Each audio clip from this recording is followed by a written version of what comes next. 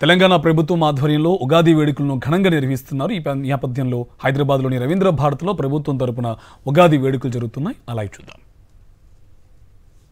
శాంతి భద్రతల విషయంలో తెలంగాణ రాష్ట్ర పోలీసు యంత్రాంగము నిరంతరం కూడా జాగరూకులై ప్రవర్తించే తెలంగాణలో ఎటువంటి ఇబ్బందులు లేకుండా పరిపాలించే శక్తిని ధర్మనిరతుడైనటువంటి శనైశ్చరుడు అనుగ్రహించుగాక అని వీరికి ఆశీర్వచనం ఇస్తూ మిథున సంక్రమణ వారాధిపతి అర్ఘాధిపతి అవుతాడు.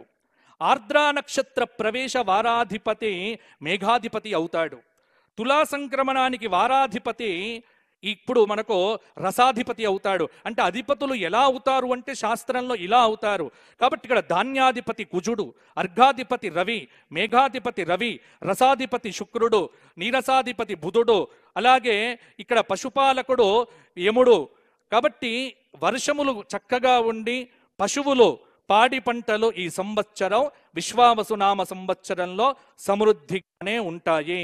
అయితే ఇక్కడే కొన్ని విశేషాలు ఇక్కడ మనం తెలుసుకోవలసి వస్తుంది.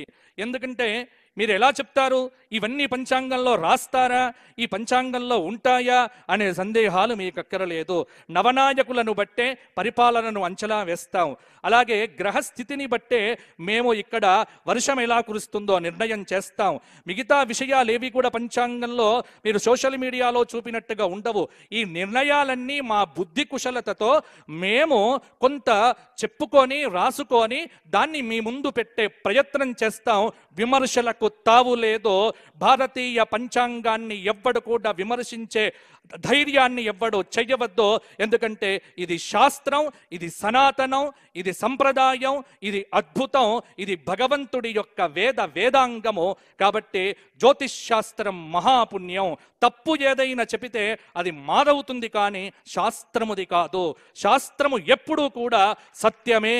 శాస్త్రము ఎప్పుడూ కూడా అనంతంగా చెబుతుంది.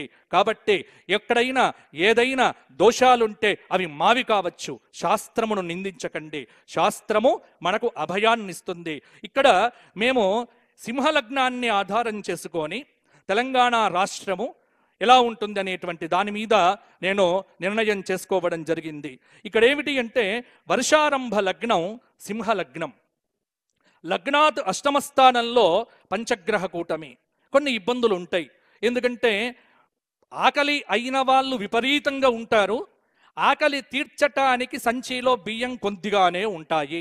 ఈ కొద్ది బియ్యాన్ని ఇంతమందికి పంచటం ఎలా అనేటువంటిదే సునిశ్చితమైన బుద్ధితో ఆలోచించి పంచాల్సిన బాధ్యత గౌరవనీయులైనటువంటి ముఖ్యమంత్రి వర్యుల మీద ఉంటుంది.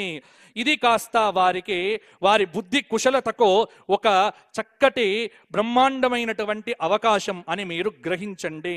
అలాగే కొన్ని ఇబ్బందులు ఉంటాయి. తుఫానులు, భూకంపాలు అప్పుడప్పుడు పలకరించవచ్చు. లగ్నాధిపతి అష్టమస్థాన స్థితి వల్ల ఆర్థిక భారంగానే ఉంటుంది. అన్నీ ఉన్నాయి కానీ పైసలు కొంత కావాలి. అందుకే వసుహు అంటే సంపదను తీసుకొని వచ్చింది ఈ సంవత్సరం.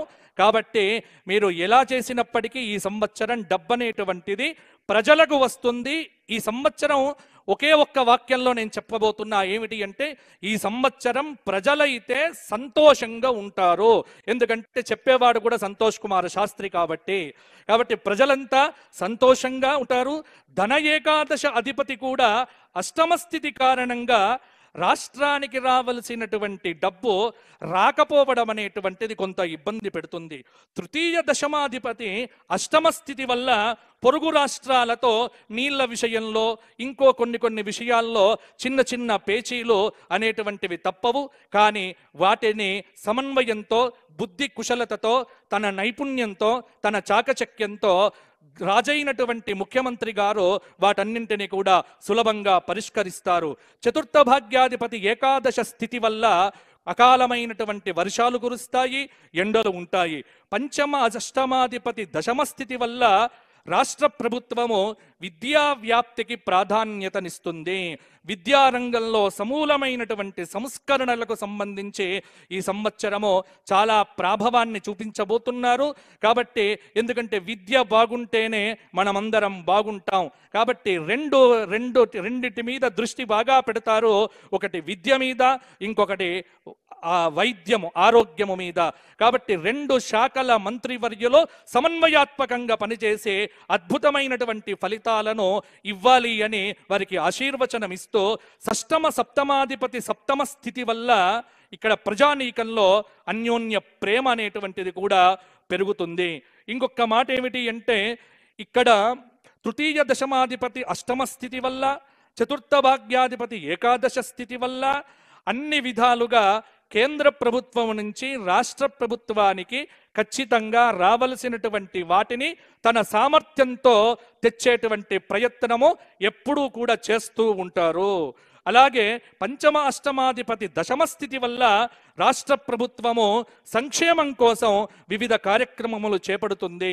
కొన్ని అనుకోని సంఘటనల మూలంగా కొన్ని ప్రతిఫలాలనేటువంటివి అక్కడక్కడ అందకపోయినప్పటికీ కూడా ప్రజలందరికీ కూడా సమర్థవంతమైనటువంటి అద్భుతమైన దివ్యమైనటువంటి పాలనను అందించటానికి ఎప్పుడు కూడా కృషి చేస్తూనే ఉంటారు.